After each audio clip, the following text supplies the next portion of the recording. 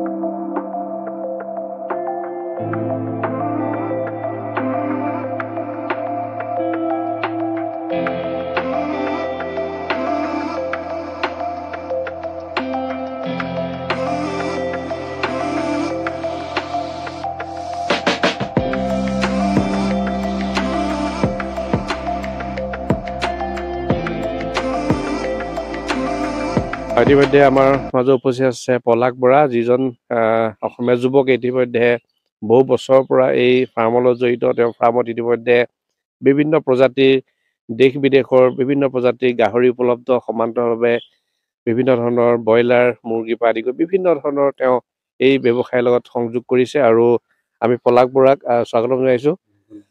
কেতিয়াৰ পৰা ব্যৱসায় আৰম্ভ কৰা হ'ল? মোৰ ব্যৱসায় কৰা 5 বছৰ হ'ল, গাহৰি ব্যৱসায় কৰা। হয়, আপুনি প্ৰথম যেতিয়া আৰম্ভ কৰিছে ব্যৱসায়, কিমান টকাৰ প্ৰয়োজন হৈছিল মূলধন? মই 2জনী গাহৰি কিনিছিলোঁ। হয়, আৰু পোৱালি কিনিছিলোঁ 3টা। হয়, তাৰপৰা গাহৰি 2জনী বিকি দিলোঁ। তাৰপৰা পোৱালি 3টা ডাঙৰ হ'ল। হয়, তাৰপৰাই ফাৰ্ম ডাঙৰ কৰিলোঁ। হয়। এই 2জনী গাহৰিৰ পৰা এতিয়া আমি দেখিছোঁ প্ৰায় 200তকৈ ওপৰ আচলতে গাহৰি আমি দেখিছোঁ। কিমান দিন আচলতে সময় লাগে?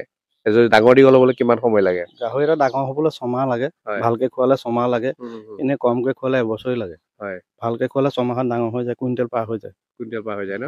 আৰু 6 মাহত আপোনাৰ এই গাভিনী হ'বলৈ আৰম্ভ কৰে। হয়, তেনেকৈ কৰা হয়। হয়, আমাৰ স্ক্ৰীণত দেখাই আছোঁ যে আপুনি বিশেষকৈ নেপাল, আমেৰিকাৰ পৰাও আনিছে গাহৰি। এইসমূহ কিমান এটা গাহৰিত কিমান টকা আচলতে বিক্ৰী কৰিলে পোৱা যায়? 1 কুইণ্টেলটো হ'লে আপোনাৰ কুইণ্টেল 210 টকা বা 5 টকা হয়। হয়, তেতিয়া 1 কুইণ্টেল হ'লে 20,500 মান টকা এটা হয়। হয়। তেনেকুৱা। এতিয়ালৈকে আপুনি কিমান বিকিছে? বিকিলোঁ, প্ৰায় বিকিলোঁ, বহুত বিকিলোঁ বহুত গাহৰি। বিকিলে। হয়, বহুত গাহৰি বিকিলোঁ। মোৰ প্ৰথমতে মুৰ্গী ফাৰ্মেই আছিলে, হয়, লোকেল মুৰ্গী ফাৰ্ম লকডাউনৰ সময়ত। তাৰপিছৰ পৰাহে গাহৰি ফাৰ্ম আৰম্ভ কৰিছোঁ। হয়। এইসমূহ যিসমূহ আমি গাহৰি দেখি আছোঁ, সেইসমূহ গাহৰি ক'ৰ পৰা লোকে নিয়েহি আচলতে? কিমান দূৰলৈ গৈছে? মৰিয়নিৰ পৰা নিয়েহি। হয়, আজি ৰাতিপুৱা গোলাঘাটৰ পৰা পাৰ্টি আহিছে। হয়, কাইলৈ বিক্ৰী হ'ব কেইটামান। মৰিয়নিয়ে বা গোলাঘাটৰ পাৰ্টিয়ে কোনোবা এটা নিব। হয়, দূৰৰ পৰাই পাৰ্টি আহে। হয়। আমি এটা গাহৰি দেখিছোঁ, যিটো গাহৰি আচলতে যোৰহাটৰ বজাৰত নাই বুলি ক'লেও ভুল। আপুনি কৈছে যে সেই গাহৰিটো ইতিমধ্যে যোৰহাটত নাই। সেই গাহৰিটো সম্পৰ্কে কওকচোন, কেনেদৰে অনা হ'ল আৰু তাৰ মূল্য কিমান হ'ব? এইটো আপোনাৰ নেপালত পায় ব্ৰিডটো। নেপালৰ পৰা অনা। আপোনাৰ এইটো সৰু পোৱালিটোৰ দাম 15,000 টকা। এতিয়া অলপ কমিছে বাৰু। আগতে 15,000 আছিল, আমি যেতিয়া লৈছিলোঁ হয়। পোৱালিটো 15,000 দি অনা আছিলে। হয়। এইটো ডিউৰক বুলি কয়। হয়। আৰু হেমশ্বেয়াৰ ইয়াত আছে, ইয়ৰ্কশ্বেয়াৰ আছে। হয়। লোকেল কিন্তু নাই আমাৰ ফাৰ্মত। চব বাহিৰৰ। বাহিৰৰ। হয়। বাহিৰৰ গাহৰিসমূহে লাভ কৰিছে নেকি আচলতে? সোনকালে ডাঙৰ হয়। আমাৰ লোকেল প্ৰজাতিৰ গাহৰি সোনকালে ডাঙৰ নহয়। ইহঁতক খোৱালে সোনকালে ডাঙৰ হয়। আৰু মানুহৰ এটা ভুল ধাৰণা আছে, এইবিলাক গাহৰিয়ে তুঁহগুৰি নাখায়, চাপৰ নাখায়, কিন্তু সকলো গাহৰি একে খাদ্যই খায়।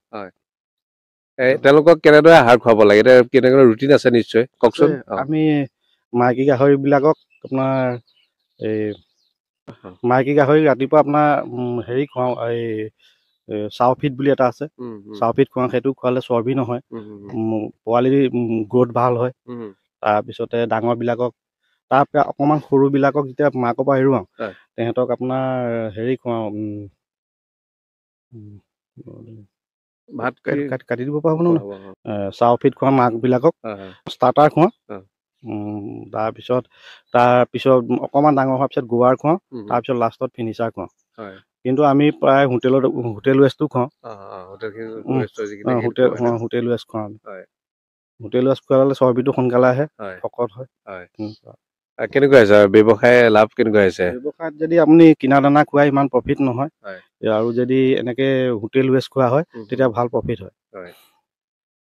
প্ৰিয় দৰ্শক, পলাশ বৰাৰ পৰা শুনিছে যে তেখেতে যথেষ্ট কষ্ট কৰি ফাৰ্মখন ইতিমধ্যে তৈয়াৰ কৰিলে, আৰু এই ফাৰ্মৰ পৰাই আমি যদি চাওঁ, উজনি অসমৰ বহু আচলতে গ্ৰাহকে এই ফাৰ্মৰ পৰাই গাহৰি ইতিমধ্যে ক্ৰয় কৰিছে। আৰু এই ফাৰ্মখনত আচলতে আমি দেখিছোঁ যে প্ৰায় বিদেশৰ আৰু দেশ বিদেশৰ পৰা বহু গাহৰি তেওঁ ইতিমধ্যে আনিছে। ইতিমধ্যে দেখিছোঁ যে খুব সুন্দৰভাৱে সংস্থাপন হৈছে। আপুনি এই ফাৰ্মৰ যোগেদি বহু যুৱকক সংস্থাপন দিছে, এইটো ভাল খবৰ। কাৰণ বৰ্তমান সময়ত চাকৰি নাই, কিন্তু ব্যৱসায় কৰিছে সকলো অসমীয়া যুৱকে। কিন্তু আপোনাৰ এই ব্যৱসায়ৰ যোগেদি বহু যুৱক আচলতে সংস্থাপন হৈছে, কি ক'ব? হয়, আমি নিজে সংস্থাপিত হৈছোঁ। আমাৰ পৰা কোনোবাই কিনি নিছে, তেওঁলোকে 2 টকা পাইছেগৈ। তাৰপিছত আমি দানা আনো, সেই গাড়ীখনো কিবা এটা পাইছে। তেনেকৈ কেইবাটাও আমি চলি থাকিব পৰা হৈছোঁ। আপোনাক যদি আমি পোনপটীয়াকৈ সোধোঁ যে আচলতে অন কেমেৰা ক'বলৈ অসুবিধা হয় কিছুমান কথা, যে এটা গাহৰিত আপুনি 15,000 দি কিনি আনিলে, প্ৰতিপালন কৰোঁতে ডাঙৰ দীঘল হওঁতে সি 6 মাহ লাগিব। 6 মাহত আপুনি দানাৰ পৰা আদি কৰি বিভিন্ন খাদ্য তাক খুৱাব লাগিব। এই 15,000 দি অনা গাহৰিটো আপুনি 6 মাহত কিমান টকাত পাব বিক্ৰী কৰিলে? এইটো আমি বৌ হিচাপেহে আনিছিলোঁ। হেৰি নহয়, ফেটেনাৰ নহয়, এইটো বৌহে ৰাখিছোঁ। গতিকে এইটো 15,000 আনিলেও লোকচান নহয়। তাৰপিছত বিকিলে আমি 40-50,000 টকা এটা পাম। 40-50,000। কি ক'ব যিসকল যুৱকসকলে চাই আছে, যে আপোনাক চাই আছে, আপোনাক এই ফাৰ্মখনো চাই আছে, কি ক'ব আপুনি এই যুৱকসকলক? যুৱকসকলক এইটোকে ক'ম আৰু, দোকানৰ ওচৰত বহি থকাতকৈ নিজে কিবা এটা কৰাটোৱে উচিত বুলি ভাবোঁ। কষ্ট কৰিব লাগিব, তেতিয়াহে ফল পাব। এনেইনো ক'ত কি হ'ব ন? আপুনি কিমান সময় দিয়ে? যিহেতু যথেষ্ট তাহাঁতৰ লগত লাগিব লগা হয়, পুৱাৰ পৰা ৰাতিপুৱাৰ পৰা সন্ধিয়ালৈকে, পুৱাৰ পৰা সন্ধিয়ালৈকে যথেষ্ট লাগিব লগা হয়। কেনেদৰে আপুনি সহায় কৰে? আপুনি যদি কেনেবাকৈ কিনা দানা খুৱায়, তেতিয়া সময়টো বেছি দিব নালাগে। যদি আমি এটা প্ৰায় ব্ৰইলাৰ দানা খুৱাওঁ, ব্ৰইলাৰ যিটো চালপেটু, সেইটো আনি দিওঁ। সেইটো যদি আনি দিওঁ, তেতিয়া মই টাউন গুচি যাব লাগিব এতিয়া বিচাৰি আনিবলৈ। তাৰপিছত আনি বনাব লাগিব। তেতিয়া আমাৰ গোটেই দিনটোৱে গুচি যায়। ৰাতিপুৱা 8টাত দানা দিওঁ, আকৌ গধূলি সময়ত 4টাত দানা দিওঁ। সেই 2টা টাইমে দানা দিওঁ। প্ৰিয় দৰ্শক, আচলতে পলাশ বৰাই যথেষ্ট কষ্ট কৰে। পুৱাৰ পৰা সন্ধিয়ালৈকে এই ফাৰ্মখন যে জড়িত হৈ থাকে, কাৰণ ইয়াত প্ৰায় বহু গাহৰি ইতিমধ্যে উপলব্ধ, যিসমূহ গাহৰিক প্ৰতিপাল কৰোঁতে প্ৰায় দিনটো সময়ো তেওঁ লাগি থাকিলে বুলি ক'লে ভুল নহয়। যথেষ্ট কষ্ট কৰে। কষ্টৰ ফলতহে আজিৰ তাৰিখত সফলতাৰ মুখ দেখিছে বুলি ক'ব পাৰোঁ। সফল হ'বলৈ কষ্ট কৰিব লাগিব, ত্যাগ কৰিব লাগিব, নিশ্চিতভাৱে সফল হ'ব। আপোনাৰ অনাগত দিনত পৰিকল্পনা কি আছে? কি সপোন আছে? মই ফাৰ্মখন অলপ ডাঙৰ কৰিম বুলি ভাবিছোঁ। মিনিমাম 100 ফেটেনাৰ গাহৰি কৰিম বুলি ভাবিছোঁ মনতে। প্ৰিয় দৰ্শক, যিসকল নৱপ্ৰজন্মই চাই আছে পলাশ বৰাক, যে প্ৰথম 2টা গাহৰি তেওঁ গাহৰি লৈ এখন ফাৰ্মখন তৈয়াৰ কৰিছিল। ফাৰ্মখন 2টা গাহৰি লৈ তেওঁ আৰম্ভ কৰিছিল, আৰু আজিৰ তাৰিখত প্ৰায় 200তকৈ ওপৰ ইতিমধ্যে গাহৰি আমি দেখিছোঁ ফাৰ্মখনত। এয়া হৈছে নিশ্চিতভাৱে একাগ্ৰতা, সততা আৰু ত্যাগৰ ফলত খুব সুন্দৰভাৱে তেওঁ ছাকচেছ বা সফলতা হৈছে বুলি ক'ব পাৰোঁ। আমাৰ যিসকল যুৱকসকলে চাই আছে, আমি বিনম্ৰভাৱে অনুৰোধ জনাইছোঁ যে আপুনি পলাশ বৰাৰ দৰে আপোনালোকেও এনেধৰণে ফাৰ্মখন বনাব পাৰে, বা বিভিন্ন ধৰণৰ গাহৰি ব্যৱসায়, বিভিন্ন ধৰণৰ মুৰ্গী, ব্ৰইলাৰ পৰা আদি কৰি বিভিন্ন ধৰণৰ আপোনালোকে ব্যৱসায় কৰিব পাৰে। আচলতে ব্যৱসায় এটা কৰিবলৈ হ'লে মূলধন প্ৰয়োজন হয়। আপোনাৰ সেই সময়ত কিমান টকা মূলধন প্ৰয়োজন? মই 2জনী গাহৰি কিনিছিলোঁ ওচৰৰে দাদা এজনৰ পৰা 24,000 টকাত। হয়। তাৰপৰা গাহৰি 2জনী পোৱালি মৰা ওলালে প্ৰথমতে। হয়। তাৰপিছত আকৌ প্ৰেগনেণ্ট কৰিলোঁ। হয়। তাৰপিছত জগিলে। তাৰপিছত সেই গাহৰিকেইজনী বিকি দিলোঁ। তাৰ সেয়া পইচাৰে মোৰ লগৰ এজনৰ পৰাই 3টা গাহৰি পোৱালি কিনি আনিছিলোঁ। 5টা কিনিছিলোঁ, 3টা ব্ৰিডিঙৰ কাৰণে আৰু 2টা ফেটেনাৰ কাৰণে। সেই ফেটেনা 2টা বিকি দিলোঁ, ব্ৰিডিংকেইটা থাকি গ'ল। এতিয়া সেই ব্ৰিডিঙৰ কাৰণে অনাকেইজনী আছেই, তেহেঁতি পোৱালি দি আছে, এতিয়া 3বাৰ দিছে। এনেকৈ এতিয়া ফাৰ্ম ডাঙৰ হৈ গৈ আছে। হয়, বহুত বহুত ধন্যবাদ আৰু আপোনাক শুভেচ্ছা জনাইছোঁ যে এনেদৰে আগবাঢ়ি যাওক।